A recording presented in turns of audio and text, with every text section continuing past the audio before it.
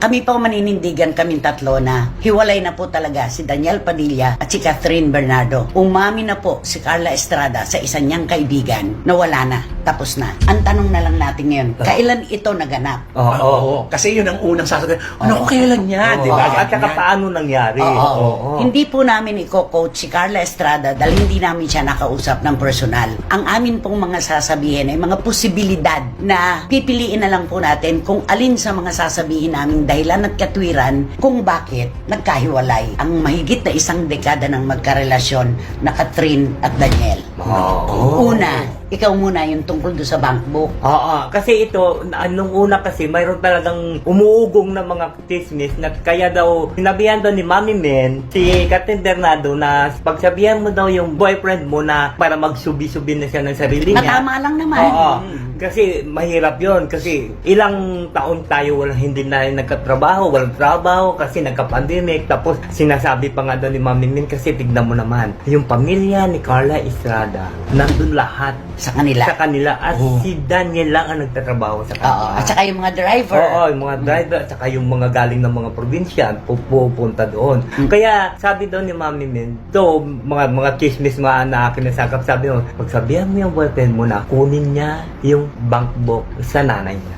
Yun. Pero po pwede kaya na isang araw ay nagising na lang silang dalawa na hindi na nila mahal ang isa't isa. Ay, pwede All rin out yan. of love. Pwede rin yan. Dahil sa tagal ng panahon. Dahil sa tagal ng panahon, nagkasawa na o talagang naburo na sila doon sa sitwasyon ngayon na hindi na sila nag-grow. Meron din ganon. Oo. I-consider din natin. Meron din naman, talagang siguro matagal na silang may pagtatalunan na ngayon ang umabot sa todo na to the max na yun na may hangganan, kaya sila nakapag-desisyon ng ganon. Pumutok na. Oo. Pumasok sa eksena si Andrea Brillantes. Hindi na po bago ito. Dahil sabi nga natin, ang gusto lang ng Katniel talaga si Daniel para kay Catherine, si Catherine para lamang po kay Daniel.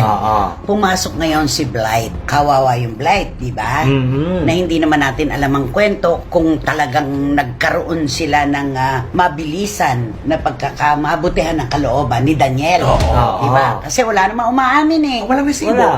Walang resibo. Ang tanong, kailan ito ipinanganak, itong paghihiwalay na ito? Ang sabi ng aking source, bilangin ninyo yung panahon na si Catherine ay ibang-iba na ang gaya. Nagpapakita na ng skin, nagpapasexy. Ito ay bago pa yung pelikula nila ni Miss Dali De Leon. Nasabi natin yan, diba? Oo. Diba nasabi natin? Nagtataka kasi ang buong mundo kung bakit sa kabila ng pagiging Protector. maingat masyado si Daniel kahit sa mga kapatid niya di ba?